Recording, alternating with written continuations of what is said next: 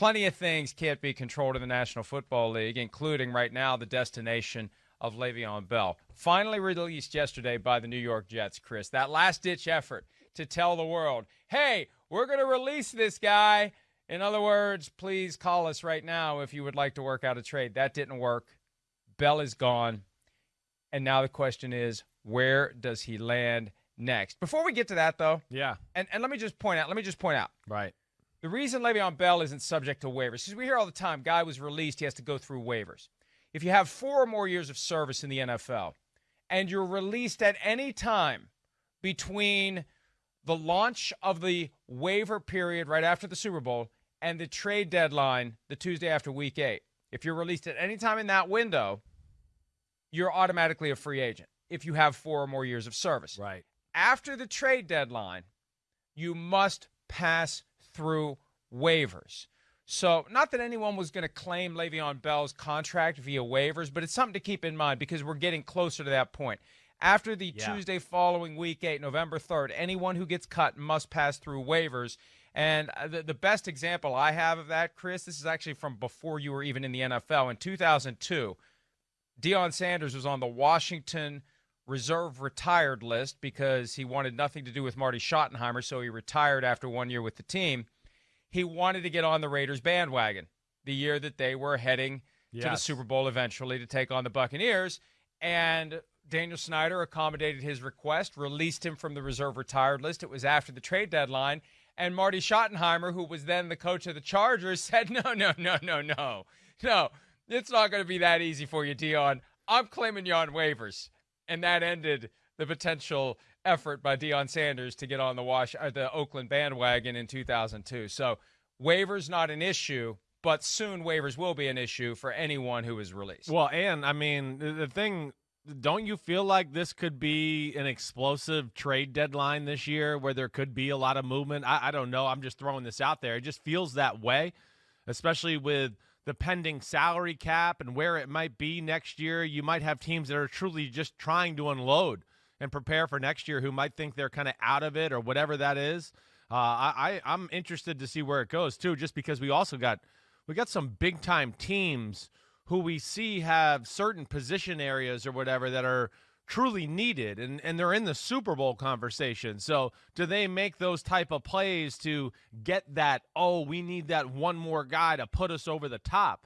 I feel like it could be an exciting year as far as that's concerned, and it's something to watch out for here over the next few weeks.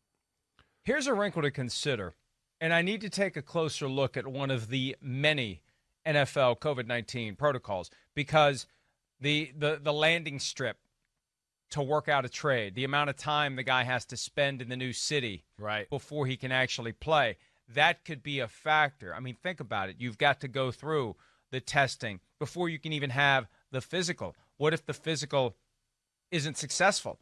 The trade gets undone a week later. So I think all these things are going to be moving more quickly than in the past. I think that the deadline de facto may be the Tuesday before the usual deadline. But I'll get up to speed on all the protocols, and at some point over the next week, I'll have a more informed take on when that moment is going to come for teams to do deals or not, because of the fact that it's not like any other year where you just pull the guy off of one roster and plug him into another roster. The COVID-19 protocols, which are getting tighter and more stringent all the time, before they make that something that you just can't get done. So I think that realistically there could be a lot of movement, but it's going to have to happen well in advance of the Tuesday after that's a good point. Week 8. Let's get back to Le'Veon Bell. Right. And before we talk about where he may go, let's just spend a little time rehashing what happened where he's been. We've talked from time to time about how the Jets did and didn't use Le'Veon Bell. Adam Gase,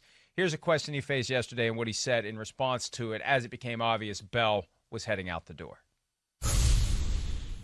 You think he can still be a productive back in the league?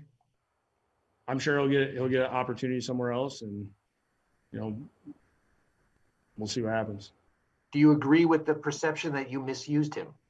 It's irrelevant at this point.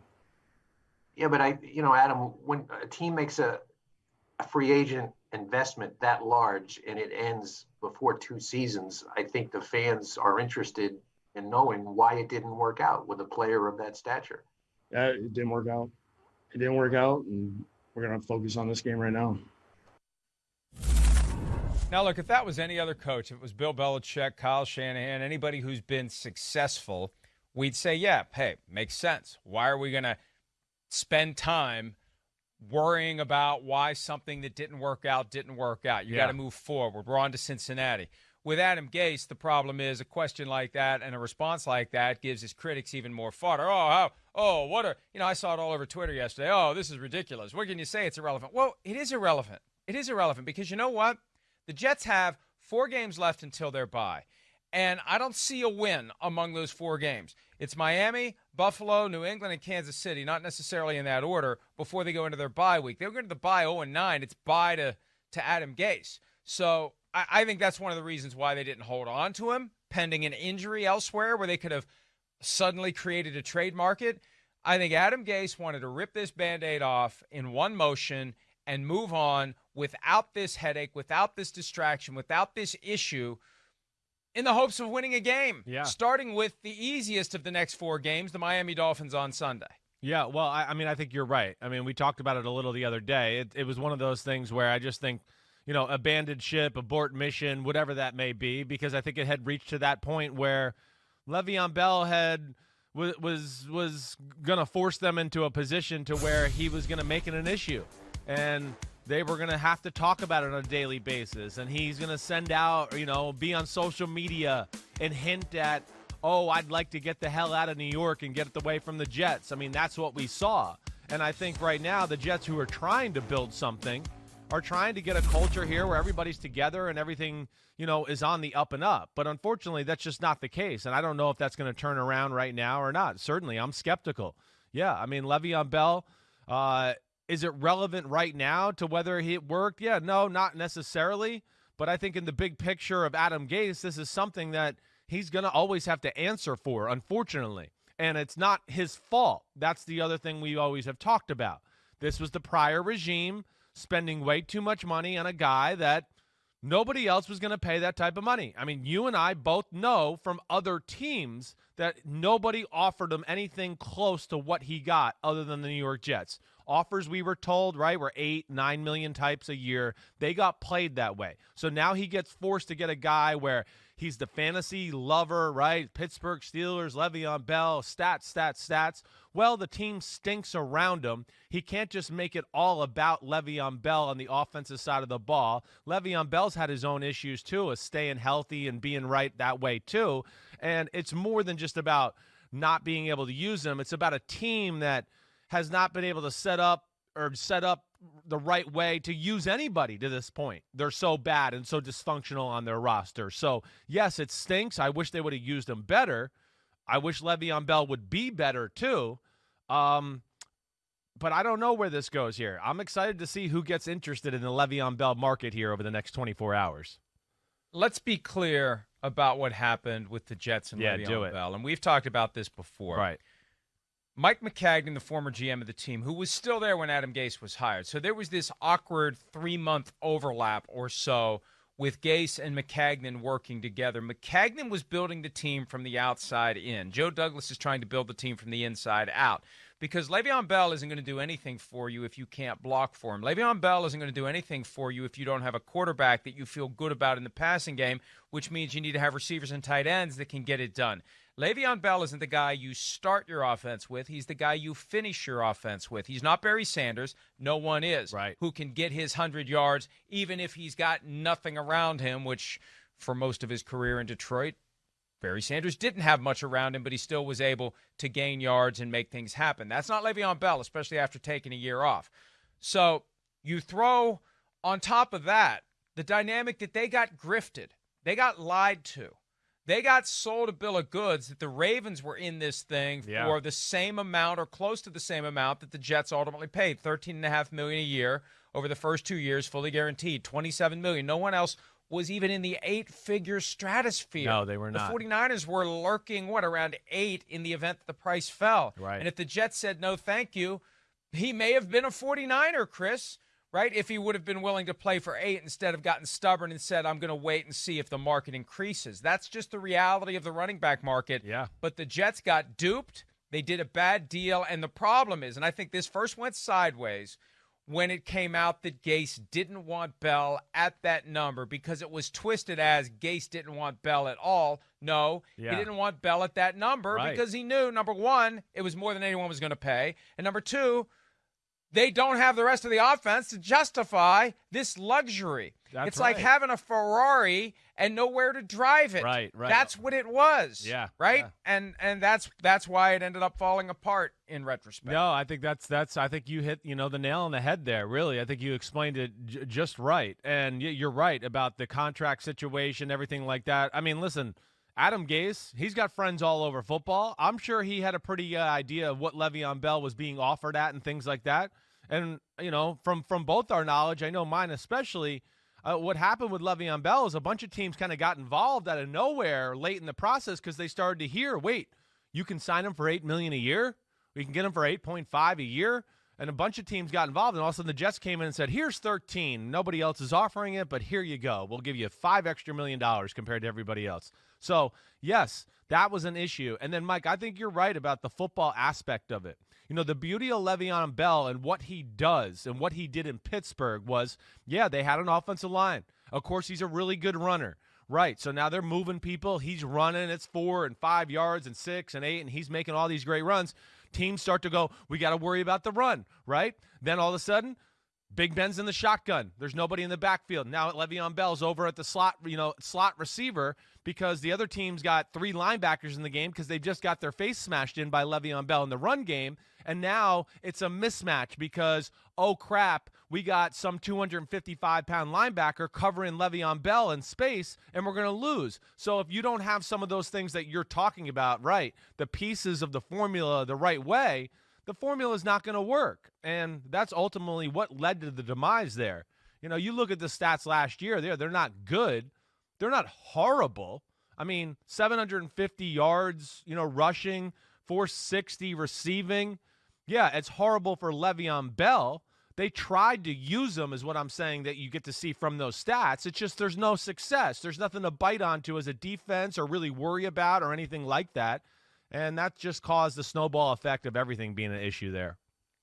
And one name you didn't mention, Antonio Brown. They had him in his prime while they had Le'Veon Bell in his prime. And Ben Roethlisberger in his prime. It makes it a lot easier for each guy individually to get it done. And, I believe, and you may be able to even say that I know, that Gase knew what the market was for Le'Veon Bell. Yeah, I would think so. And Maccagnan wasn't Didn't want to listening. hear That's it, one right. of the reasons. That's one of the reasons why Maccagnan got fired after the 2019 draft. And now, can they hold it together long enough to just do anything to make Jets fans think that they have something positive there? We'll see.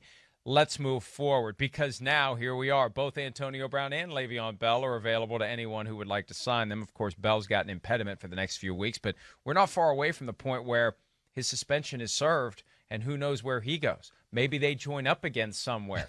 Bell is the first one onto the market. And look how quickly Leonard Fournette got signed. We had Earl Thomas, who's still waiting for the phone to ring, which confirms to all those out there who would insist he's a top 10 safety, he's not a top 10 safety, or he'd be on a team. Thank you, Mike. Fournette was only out there for a couple of days before it trickled out that the Patriots were interested, and that created the mad rush to get Leonard Fournette. And you know what? Maybe if we get a report today that the Patriots are interested in Le'Veon Bell, someone else will sign him today. But, Chris, let's take a look at the teams out there. Apparently, PointsBet had some odds for the next landing spot that were taken down, which means maybe someone at PointsBet has some inside information as to where this is heading. But the Bears, the favorites at plus 450, followed by the Eagles, Chiefs, Cardinals, Bills, Steelers. Patriots a lot longer odds than I think they should be. And I they're agree. The 49ers at plus 1,500. Let's start with the 49ers. Your guy Kyle said yesterday, I'm good with our guys, right? They've got Raheem Mostert healthy. Tevin Coleman's coming back soon. Jerick McKinnon's getting it done. Whatever interest they may have had in early 2019, Shanahan made it clear yesterday, and we know that coaches from time to time do the sleight of hand so they can maybe get a guy signed at better terms than they otherwise would have to pay. But Shanahan made it clear yesterday that's not going to be a landing spot for Le'Veon Bell. And I don't know that Le'Veon Bell would want to join that team right now, given that they're 2-3 with all those injuries and this 7-game death march that's coming up for the 49ers. I think that'd be one of the first ones you scratch off your list if you're looking for a contender. I agree. I mean, I think he's got to look at, it's got to be a contender and a place where he really feels like he can be set up for success. Because like we said a little yesterday, if he goes to one of these teams here and then goes, nah, we all just go, man, he's not the same Le'Veon Bell. It's just not the same. Like we talked about, next year he'll be playing for a very low number, and it'll be a year where it's like, hey, you got to prove you can still play in this league, and it's going to be like a make it or break it type of year for him if this year doesn't end up well. I mean, the Bears certainly make sense. I would caution Le'Veon Bell on that one, though, because that could be one of those where, yeah, they might be in the playoff conversation, but they can't block people in the run game. He might not be set up for success there. That might not be the place you want to go. The team I keep coming back to, I've heard the Dolphins are interested. We hear the name of the Patriots. I would think the Patriots would have interest there. It makes sense for their football team in a lot of ways. First off, we know they're a run-first team right now, and a run-first team with this versatility guys at running back along also is Sony Michel's always hurt. He has a knee issue. I don't know if it's ever going to go away. It's looking like it's one of those knee issues that will always be there, and he's just going to have to manage it to extend his career.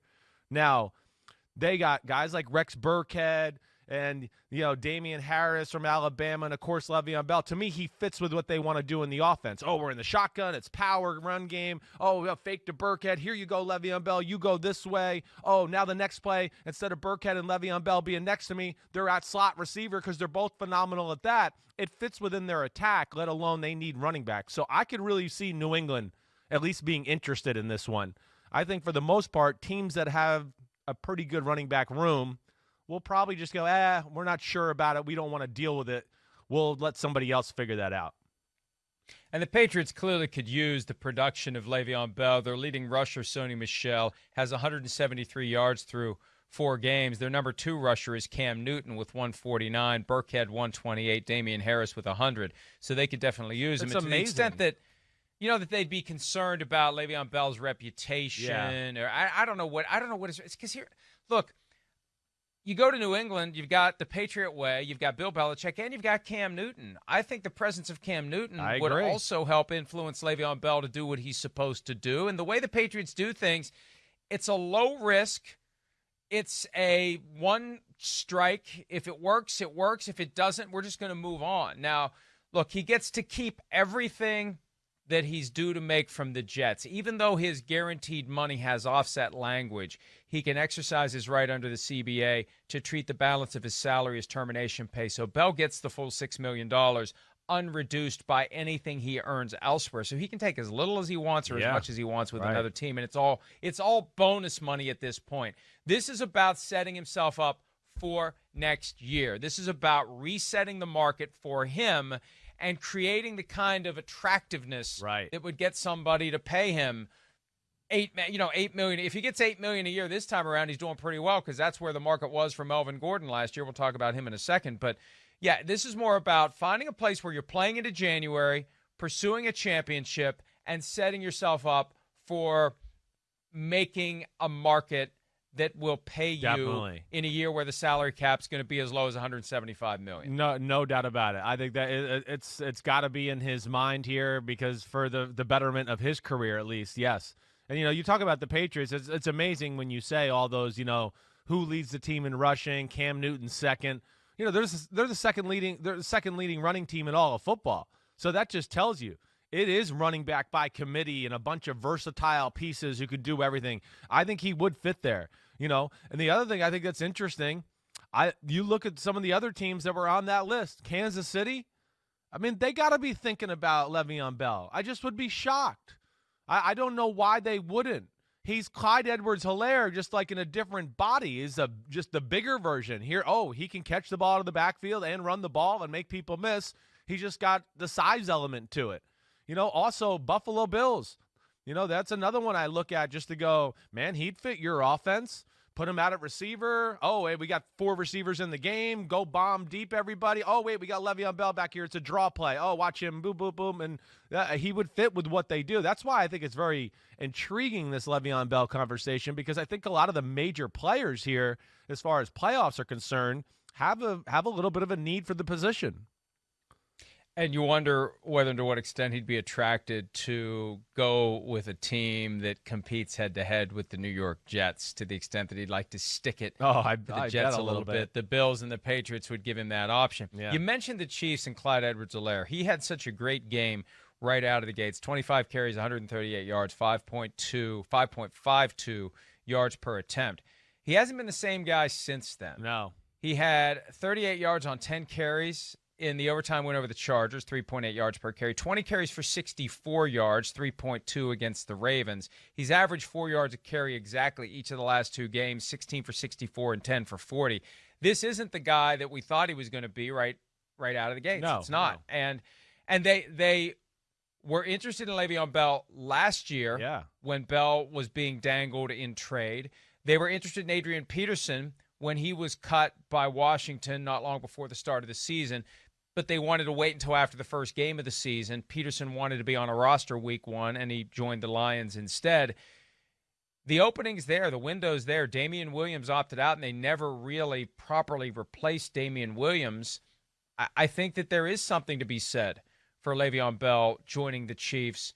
And of all the teams that are in play, if the Chiefs are in play, that's the one that is most likely to get to the Super Bowl and win it and give Le'Veon Bell that Super Bowl ring that he's never won. You think he came from Pittsburgh, he has a ring? No, they haven't won one since the 2008 season. Yeah. A lot of those guys on that roster, other than Ben Roethlisberger, I'd say there's no one left on that roster that won a Super Bowl, especially in the heyday of Bell and Brown and Roethlisberger. So, yeah, I think that the Chiefs have extra attractiveness to Bell because they give him the best chance to get a Super Bowl ring, something he's never even played in one. I think so. I think they'll know how to use him in the pass game. He could bring an element there. You know, Clyde Edwards-Helaire is a little bit of a smaller guy. Le'Veon Bell's going to be a better pass protector than he is. You know, it'd be a nice little 1-2 punch to where you don't really have to change your offense, except we can do the same thing, except, on these guys, when Le'Veon's in, we got a little bit more power. Maybe we do that. You know, Kansas City's not a great run team. They don't do a lot in the run game. It's really like they run the same 2 or 3 run plays all game just to kind of keep you honest and, you know, keep you thinking about the run a little bit. And Edwards-Helaire, as quick and everything he is, the one thing that I get a little concerned with is just his straight speed. You know, he's one of those guys, Mike, sometimes that so quick he makes a guy miss, and then he's in the process of making the second guy miss, and the first guy he made miss comes back and catches him because he doesn't really run away from people all the time.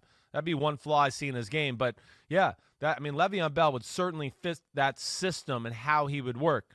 The other one, Mike, that I just think is worth the topic of conversation because I like the team and we like the quarterback and what he's doing right now is the Seahawks.